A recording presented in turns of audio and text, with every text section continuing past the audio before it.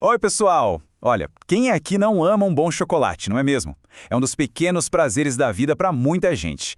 Mas a gente já parou para pensar por que esse doce que é tão querido por nós é um verdadeiro veneno para os nossos cães? Pois é sobre isso que a gente vai conversar hoje. Entender isso direitinho é fundamental para todo mundo que tem um pet em casa e quer garantir a segurança do seu melhor amigo. Vamos começar com a pergunta de US$ 1 milhão. Aquela que todo dono de cachorro já se fez ou ouviu por aí. A resposta pode até parecer óbvia para alguns, mas os detalhes por trás dela são o que realmente importa. E a resposta é essa aí, um não bem grande e definitivo. Não tem meio termo, não tem exceção. Chocolate está no topo da lista de alimentos proibidos para os cães. E não importa a quantidade, o tipo, aquela história de só um pedacinho simplesmente não existe aqui. Dar chocolate para um cachorro nunca, mais nunca mesmo, é uma boa ideia. E agora a gente vai entender o porquê. Ok, vamos mergulhar um pouquinho na ciência por trás desse perigo todo. Muita gente pensa que o problema é o açúcar, a gordura, e sim, isso também não faz bem, mas o verdadeiro perigo é bem mais específico. Existe um componente químico ali no meio, um veneno escondido, que age de um jeito bem perigoso no organismo dos cães.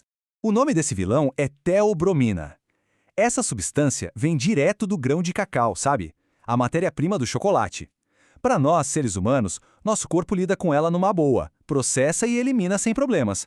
Mas para os cães, a história é completamente diferente e a chave está no jeito que o metabolismo deles funciona. Essa comparação aqui diz tudo. O nosso corpo quebra a teobromina e manda ela embora super rápido. É um processo eficiente. Já o organismo de um cãozinho faz isso de um jeito, extremamente lento. E o que acontece? A substância vai se acumulando no sistema deles como se fosse uma toxina que não vai embora e chega a níveis muito perigosos. E para piorar o combo, o chocolate também tem cafeína, que age de forma parecida e potencializa ainda mais os efeitos tóxicos. Tá, mas aí surge a dúvida.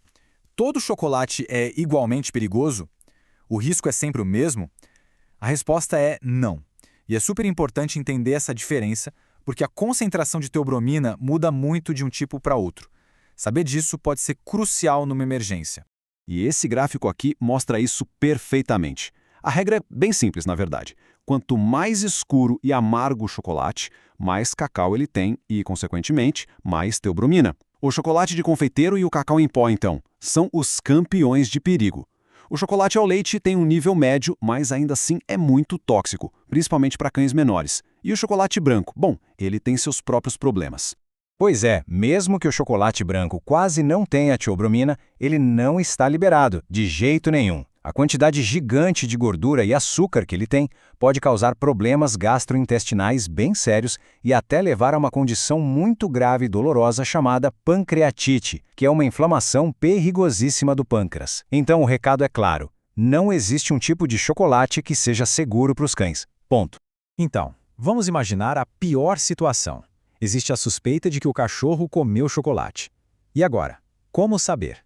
Nesses momentos, cada minuto conta. E existem sinais bem claros de intoxicação que todo mundo que tem um pet precisa conhecer para poder agir o mais rápido possível.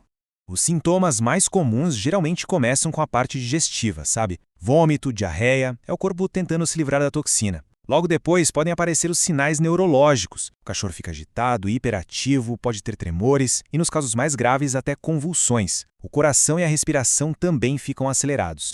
E olha, prestem muita atenção nessa linha do tempo, porque ela pode enganar.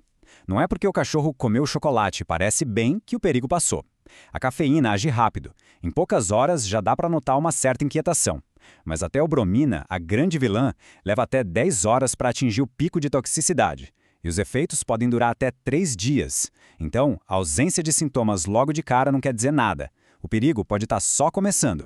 Esse é aquele momento em que o coração vai a mil, mas é justamente quando manter a calma e agir do jeito certo faz toda a diferença. Vamos ver um plano de ação bem claro para essa situação tão estressante. A primeira, a única e a mais importante atitude a se tomar é uma só. Ligue para um veterinário. Imediatamente. Essa é a regra de ouro. Não espere os sintomas aparecerem, não procure soluções caseiras na internet, apenas ligue. Enquanto você fala com o profissional ou já está a caminho da clínica, tente juntar o máximo de informações que conseguir. O veterinário vai precisar saber exatamente isso aqui. Que tipo de chocolate era, amargo ao leite, quanto você acha que ele comeu, se tiver embalagem ajuda demais, que horas mais ou menos isso aconteceu e, claro, o peso do seu cão. Essa informação é vital, porque a dose tóxica é sempre calculada em relação ao peso do animal. Com esses dados, o veterinário consegue agir muito mais rápido e de forma precisa. E aqui, gente, um aviso gigantesco que precisa ser dito em letras garrafais. Por mais que a intenção seja boa, nunca, em hipótese alguma, tente dar remédios ou forçar o vômito em casa sem a ordem expressa de um veterinário. Fazer isso pode causar complicações muito sérias e piorar o quadro do animal. Só um profissional sabe a hora e o jeito certo de fazer isso, se for necessário. Depois de entender todos os riscos e o que fazer numa emergência, a gente chega na parte mais importante, a prevenção. Porque o melhor cenário é aquele em que o acidente nem acontece, certo? Vamos ver como manter nossos pets seguros e que alternativas a gente tem para agradá-los. Prevenir é mais simples do que parece, mas exige atenção constante de todo mundo em casa. Guarde qualquer coisa com chocolate em armários altos, potes bem fechados, bem longe de focinhos curiosos. E em feriados como Páscoa e Natal, a atenção tem que ser redobrada. A casa fica cheia de doces e o risco aumenta muito. E o mais importante, converse com a família. Educar é proteger. Explique para as crianças, para as visitas, por que o cãozinho não pode, de jeito nenhum, comer um pedaço do chocolate delas. Mas a boa notícia é que seu cão não precisa ficar de fora da festa. Existem produtos no mercado que parecem chocolate, mas são feitos especialmente para eles. O ingrediente mágico é a alfarroba. É um pó que vem de uma vagem, tem uma aparência escura, um gostinho adocicado que eles adoram, mas a grande vantagem é, não tem absolutamente nada de teobromina nem de cafeína. É a alternativa perfeita, segura e deliciosa para eles.